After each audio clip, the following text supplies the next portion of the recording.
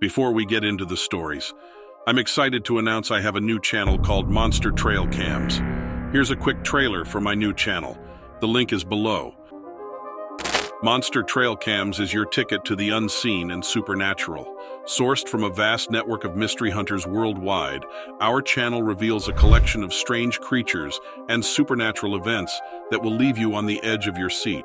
From shadowy figures lurking in dense forests to inexplicable entities prowling under the cloak of night, each chilling clip peels back another layer of the world's untold mysteries. We release new episodes several times a week. Okay, now let's get to the stories.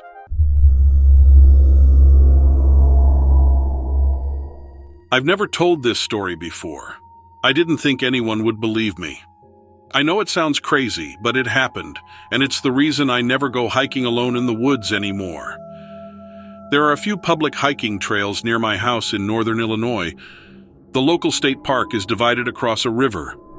The more populated side has a swimming beach and a bunch of picnic areas, while the other side of the park is pretty secluded.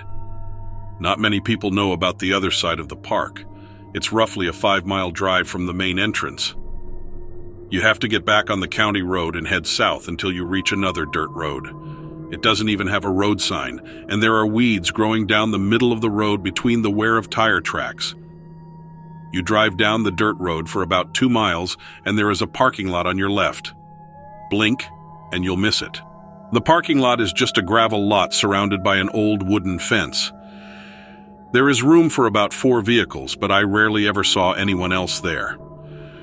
A little brown sign posted at the edge of the fence states that you are entering state parkland and to pay any fees at the main park office. There is only one trail on this side of the park. It's a 6-mile loop that winds through mostly wooded land. The trail passes through a couple of prairies, but they aren't terribly large. I preferred this side of the park because I fancied myself an amateur photographer, and there were more opportunities to take nature photos here. I was particularly interested in taking photos of songbirds, and I would always see a greater variety on this trail than I would anywhere in the main park. I don't know how many times I hiked that trail. It must have been nearly 100, and I never once felt anything strange there. But then again, I always stayed on the trail. Once in a while, I would venture maybe 10 yards into the woods to get a good photo, but that was it. Like I said, I was an amateur. I wasn't working for National Geographic. A smaller trail split off from the main trail deep in the woods. You could tell it was definitely not part of the state park trail, but it had been well traveled. I never saw anyone on it, but I very rarely ever saw anyone else out there. My experience happened in late July. I had just gotten off work and wanted to get some photos in the evening light, so I headed out to my secluded trail. The sun sets about 9 p.m. in the summer, so I definitely had plenty of time after work to hike that trail and be back to the car before dark. My hike seemed normal enough, but when I got to the part where that small trail started, I noticed it was roped off. The Park Service has posted a sign that read, "Hidden Falls area, closed due to erosion damage. Keep out." Now I had heard about Hidden Falls, but I never knew exactly where it was before that day. It was just a tiny waterfall that led into the river, but it wasn't anywhere on the map. I know I should have listened to the sign, but I wanted to see the waterfall for myself, and of course, it could be a good photo opportunity. So down the trail I went. I didn't notice any erosion damage on the way down, but I had never been on that trail before, so I didn't have anything to compare to. The trail led almost straight down, and the foliage became denser. So much so that it was difficult carrying my camera bag through it. The brush was so thick that I could hear the waterfall well before I saw it. The forest suddenly opened up, and there it was. Hidden Falls was aptly named. It was only about 3/4 of a mile from the main trail, but you'd never have even known it was there. It was almost magical, like somewhere straight out of a fairy tale. The evening sunlight pierced through the trees and lit up the falling water. I immediately pulled out my camera and began taking photos. I was only there for about 10 minutes when I heard someone laughing. It didn't sound like a human voice. There was something off about it. I looked around and I couldn't see anyone else. I called out and asked, "Who's there?" But I didn't get any response. I started to pack up my camera when I heard the laugh again, and this time it sounded like it was coming from the stream itself. I listened closer, and I was certain it was the stream. I stuffed my camera back into my bag and went to get the hell out of there, but just as I stood up to leave, it had suddenly gotten dark. And I don't mean dark like the sun was setting, I mean dark like the middle of the night. I looked at my watch and it read 6:45, and I knew I had about 2 hours of sunlight left. But it was dark. I could see stars through the gaps in the trees. I didn't know what was going on, but I knew something wasn't right, and I had to get back to my car as fast as I could. I got on the trail heading out, using my cell phone as a flashlight. As I climbed out, I heard the laughing again, but this time it sounded like it was coming from the trees. I shined my light at the trees, but I couldn't see anything. Only the dark outlines of branches and leaves. And then a pair of eyes reflected back at me. They stared at me for a moment, and then the laughing began again. I held the light towards the creature, and it showed itself for just a moment. It ducked from beneath some branches and stood there in the light. It was a coyote standing about 30 feet up a tree. It looked at me, tilted its head, and smiled, but not like a dog's smile. I don't quite know how to describe it, but I knew it wasn't a coyote, even though it looked like one. Its eyes were reflecting the light from my phone, so I couldn't see just what they looked like. I didn't stay there long, because as soon as it revealed itself, it laughed again, and I ran. I could barely see where I was going, but I didn't care. I knew I needed to get away. I tripped over the rope at the beginning of the trail, and I have never felt such relief. The sky was light again, and it was as if nothing had happened. I never went back to that park. And I never figured out just what that coyote actually was or what it wanted. I'm not sure I even want to know. But no one can tell me that the Park Service doesn't know that thing exists. There wasn't any noticeable erosion damage on that trail. That sign was put there to keep people from meeting that creature.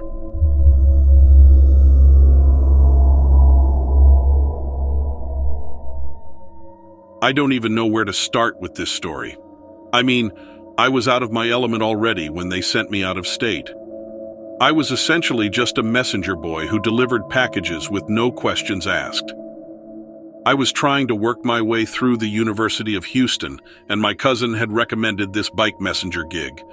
I figured I'd get into better shape and make some money at the same time.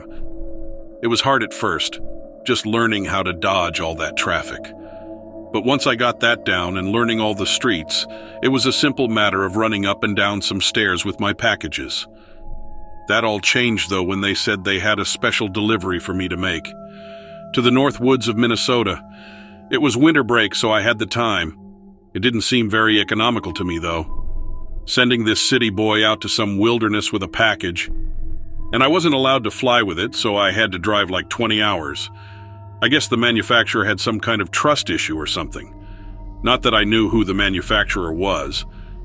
All I knew was that there was some kind of shiny silver emblem on the parcel, and it seemed really heavy for its size. They said not to let it out of my sight. I had to rent myself a car since my usual transportation was a bike. All they had left was a minivan. I guess a lot of people were traveling for the holidays. I was not prepared for the weather change. I don't know if you're familiar with Houston, but it stays in the 60s during the winter. Try going from that to 20 degrees. Who decides to live there? If you can believe it, I actually had a parka from visiting my grandma who moved to Maine a few years ago. I thought she was crazy, but still. My assignment was to meet some guy on the outskirts of a small town near Black Duck. I was listening to the radio on the way up there, and it sounded like they had an unusual number of missing persons reports going on. When I got there, the guy ended up being a cop dressed in some kind of full-body armor. He's like, "I sure hope you brought the right size." Of course, I just smiled and nodded so I wouldn't look ignorant. He takes the package and opens it and pours out all these bullets. He's muttering the whole time about how he can't believe they still make silver ones. Mind you, this whole time we're standing in this deserted stand of trees, freezing our asses off. He takes out this medieval-looking firearm and proceeds to load it up. I don't know what made me ask it, but I'm like, "Have you heard of these missing persons reports?" He looks up startled and tells me to wait in the car. I started to head over there when I swear, I started to hear this voice in my head. It was more like a feeling than a sound, though. Like when you feel really hungry and you start going over your food options. I was starving like never before. Ravenous. I was hunkered in the car, and I started feeling this unimaginable chill, as if I had been trapped in a freezer with no way out. But the insatiable hunger wouldn't leave me, and I could think only of gnashing any fleshly creature in sight. I restrained myself with all my strength, and as I gazed up at the bare branches of a tree, something gigantic but gray and emaciated seemed to detach itself. Its skin was barely stretched over its bones, and it had tattered lips that smiled maliciously. It turned toward the police officer and pulled something knife-like from its side. As it approached the man, there seemed to be something perverse within me that egged it on. I can assure you that never before or since have I ever wished harm upon a fellow human being. It was a possession of want and starvation, and nothing seemed to matter but consumption. The creature seemed intent on slashing the flesh of the man, but he suddenly raised the gun and fired a silver bullet where the heart should be. The thing collapsed on the ground and seemed to fade into the ice. Suddenly all the hunger left me, and I just felt vacant and confused. I had no idea what had happened to me. I kind of stumbled out of the car and stared at the ground. The cop said, "Wendigo." I understood nothing but felt an unimaginable relief. We parted ways, and as I drove away from there, I felt like I was leaving not a place, but a time. I went to my hotel and laid down and turned on the news out of habit. There were no updates on the missing persons. There were barely any details at all.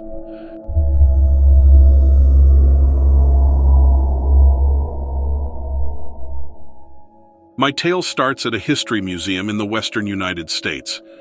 I used to work there for quite a while. I don't want to say the name of the museum, but I will say we were near the Rocky Mountains. My personal area of study was prehistory. I quite liked the challenge of trying to piece things together from a time before written records. You have to be both a scientist and a historian to get things right. And even then, some things remain a mystery despite your best efforts. After spending 8 years on my education, I taught for several years and did many field studies. I didn't expect I would end up working at a museum, but I can't complain too much. We had quite an extensive collection of artifacts from various ages of prehistory. I loved cataloging items in the archives, as well as answering questions from curious minds. All types of people would come to the museum, but I admit I was quite surprised to see 2 local park rangers in their uniforms waiting for me at 8 a.m. on a Monday morning. They wanted to know my thoughts on a couple of ancient tools. That's not typically abnormal. Sometimes people will find artifacts and bring them in. The rangers had brought me 2 fluted spear points and a scrapper. I remember them well. They were made in the Clovis style. The rangers didn't want to tell me at first where they were found, but I started to put the pieces together, and eventually they told me the story. And it was quite a story at that. There had been a few sightings of wild men in remote locations around the mountains, both in the United States and Canada. I'm not talking about national parks or heavily populated hiking trails, but instead backpackers who head way off marked trails. People exploring deep into the wilderness, often in near untouched areas. The rangers that patrolled this particular area had received a report from 2 hikers who claimed to have seen a wild-looking man in the backcountry with no gear. The area was surrounded by miles of wilderness with no access roads nearby. The hikers recorded the GPS coordinates of where they saw the man and reported it to the ranger station. The rangers investigated this particular incident, and after a long search, they found a cave with a primitively built structure around the outside. Something similar to a hut or a lean-to with a woven roof is the way they described it. They said they found these tools in the cave, along with several others. And there were signs of recent human activity. I had to check my calendar to see if this was an April Fool's joke. It would have been a great one, but the rangers were dead serious. The tools they had presented me were near identical recreations of the Clovis style of tools found in America around 13,000 years ago. I still didn't quite believe them. I'm quite skeptical of an unknown population's ability to remain hidden in the wilderness for so many years without any contact with the modern world. Why haven't we had more sightings of these wild people? And if they are out there, what exactly are they? The tools certainly look Clovis, but the Clovis people disappeared around 9,000 years ago. The rangers both theorized they could be responsible for the Sasquatch sightings that seem to be prevalent throughout the continent. I think there is more to it than that, but I don't have any plausible theories myself. I asked the rangers to bring me to the site, but they refused. Imagine what we could learn from these people if they actually do exist out there. There are so many things we don't know about their culture. We could learn what language they spoke. I really can't explain what an incredible find this would be for us historians. If the story is true, these people sound like they are living just like they were roughly 13,000 years ago when they were hunting mammoths and mastodons across the plains. I imagine they must still be hunting big game with those fluted spear points. I do understand the rangers' reservations, though. If such a thing got out, I don't imagine it would go well for the wild people. They likely have no immunity to our diseases. And I don't suppose they would welcome us with open arms should we try to find them. But I can't tell you how badly I wanted to see that site. I would have done anything. Both of the rangers said the sightings were in extremely remote areas. So remote that it was surprising to even find hikers there. And they hope to leave whatever or whoever is living out there alone for the time being. Their curiosity got the best of them, so they found me. I was the verification they needed. This experience happened to me about 15 years ago now, and I still think about it quite often. I found myself taking long hiking trips in remote locations all across the continent, but I haven't yet had a sighting of my own. If they are indeed out there and this wasn't an elaborate prank, they are keeping themselves hidden, and they are doing it well.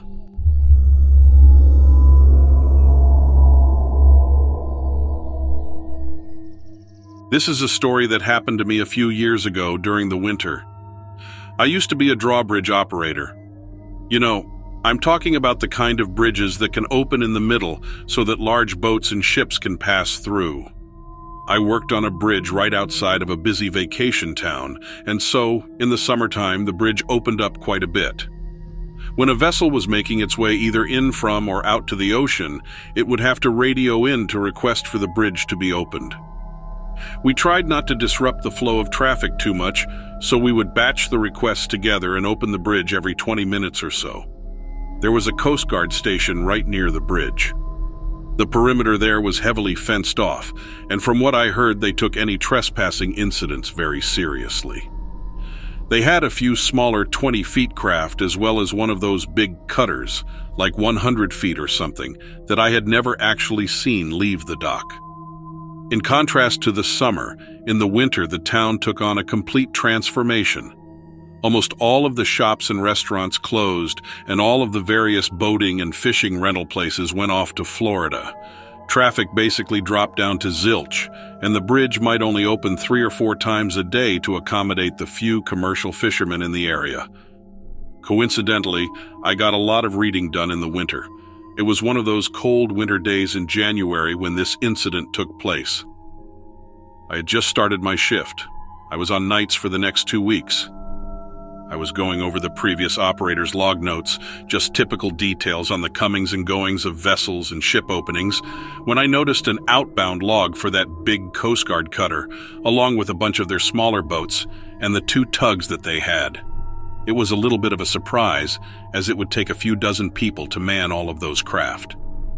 There were no maydays or distress calls being broadcast, so I figured maybe they were doing some kind of drill or exercise.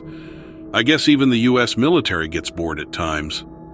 I was working my way through George Orwell's Animal Farm at the time, and I was completely engrossed in the story.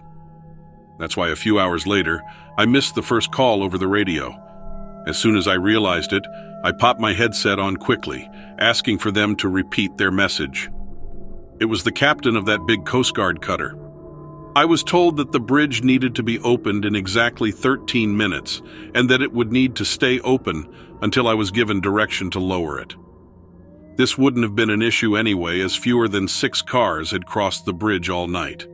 But military and law enforcement were entitled to passage through the canal as needed. Anyway, they called in with the ETA, so when the time got close, I logged the communication and opened the bridge. Looking out over the water, I could start to see the bow lights of a little fleet of ships. It would end up being 6 in total, including the cutter, 2 tugboats, and 3 other small craft. The smaller vessels were paced out about 500 feet behind the cutter. Directly behind the cutter were the 2 tugboats, almost side by side. The operator room was about 70 or 80 feet away from where the bridge opened, but there was a camera system which constantly recorded the area around and beneath the bridge. Boating collisions happen more often than you think. As the cutter passed beneath the bridge and past one of the cameras, I could make out a few dozen people aboard the craft, and I couldn't believe it at first, but about half of them looked to be holding nasty-looking assault rifles. The tugboats came next. It was the middle of the night, and water visibility here is poor, but I could just make out the thick tow ropes trailing into the water behind the tugs, and attached to them was something unbelievably long. It was hard to tell, but whatever it was looked smooth, with almost greenish hue to what I could see was a scaly texture. Just by how time it took for the thing to pass by the camera, I had to guess that it was at least 200 feet long, and I'm not even sure I saw the end of it before what happened next. I'm not sure if it was because of the lights on the bridge or the underwater noise of the props bouncing off the nearby concrete, but the thing started moving, slowly kind of swaying back and forth beneath the bridge. One of the guys on the tugboat started yelling out loud, and I could see the small craft was straining to maintain its straight path. The 3 smaller boats in the back started gunning in towards the tugs, kicking up tons of wake. The water started exploding violently all throughout the canal in an area a few hundred feet long. On camera, I saw one of the tow cables from a tugboat snap. And now that it was no longer restrained, the tug shot forward, slamming into one of the bridge pilings. I heard a quick round of pops followed by another. I ran over to the door of the office and pushed it open. From my vantage point, I could see the small boats in the rear of the convoy speeding up to the tugs, but giving the erupting water a wide berth. 2 or 3 of the guys were actually shooting at the thing in the water. The other tug, now bearing the full burden, looked like a fishing bobber getting dragged across the surface. At 1 or 2 points, it looked like it might dip beneath the water.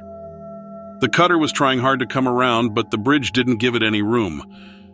It was hard to tell how it happened, but somehow the line from the other tug snapped just as a massive snake-like tail erupted out of the water near one of the smaller boats, slamming down on the edge of it and causing it to tip. I could see the crew fly up and out into the water. Then that was it. The gunshots stopped, but the shouts continued for a minute longer. One of the other boats went to pick up the floating crew of the tipped boat, and the other craft fell back into a loose semi-formation. The tipped boat was just making its way out to sea as the little convoy headed in the direction of the Coast Guard station. The creature, or whatever it was, didn't resurface again. I dropped the bridge and just plopped into my seat at the desk. 20 minutes later, I was still trying to collect my thoughts when I saw a black SUV driving over the bridge and stop right in front of the operating room. 2 men got out of the vehicle and walked right in without knocking. One was wearing a typical Coast Guard uniform and carrying a rifle in his hands, and the other was wearing a style of uniform that I couldn't recognize. This second man introduced himself simply as Colonel Wex. He told me to recount the events I had just witnessed, so I did. He then asked a bunch of questions, like if I had recorded anything or contacted anyone. I told him no, but that the bridge utilized a camera system. He told me I had to hand over my phone, and I would receive it back in the mail in a few days. I thought about refusing, but the guy with the gun changed my mind. He finished by telling me that I was relieved for the night, and I should get a call from my supervisor soon confirming this. I didn't say anything else, grabbed my stuff, and headed home. My supervisor called me while I was driving. He sounded just as confused as me, but he told me I had the next week off with double pay. He called back a few days later and told me that a new position for a higher-paying administrative job just opened, and refusal wasn't an option, so here I am, now working this new job. I never did get my phone back. I don't know if I can get in trouble for repeating any of this, but I guess I'll find out soon enough.